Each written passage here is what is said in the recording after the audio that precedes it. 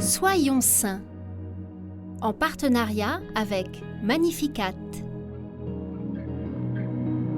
Nous souhaitons une belle fête aux Irénée, prénom qui signifie paix en grec ancien.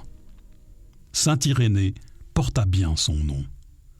On sait bien peu de choses de ce père de l'Église déclaré en 2022 docteur de l'unité par le pape François. Irénée vient de Smyrne, une ville d'Asie mineure, aujourd'hui située en Turquie. Il quitte sa terre natale vers l'an 160 pour évangéliser et se rend en Occident. Rome tout d'abord, puis Lyon, ville où sainte Blandine et le saint évêque Pothin viennent d'être martyrisés. Il s'installe dans ce lieu sans pasteur, tel l'humble migrant. Aucune affaire à part l'Évangile. Il ne connaît pas le pays, la langue ou la culture. Mais il se met au service de ses frères chrétiens pendant une vingtaine d'années. Irénée est bientôt choisi pour succéder à saint Pothin et devient évêque de Lyon. Il s'attelle alors à la lourde tâche de pacifier l'Église en proie à des luttes dogmatiques et doctrinaires. Il va principalement œuvrer contre le gnosticisme, mot issu du grec ancien gnose qui signifie connaissance.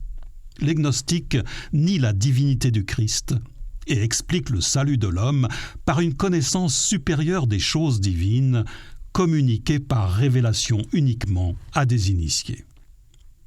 Pour eux, seule notre âme est créée par un Dieu bon, mais étranger du monde physique. Les doctrines gnostiques sont basées sur un élitisme de connaissances. Irénée, lui, insiste sur la vraie foi, comme d'abord relation à Dieu, plutôt que comme culture, appartenance ou tradition. Il devient un véritable investigateur et cherche à comprendre de l'intérieur les thèses gnostiques. Il enquête, interroge, étudie, afin de mieux dénoncer ensuite les dangers de cette doctrine. Toute sa vie, il prêche sans relâche pour diffuser la foi des origines, un seul Dieu, un seul Sauveur, un seul salut.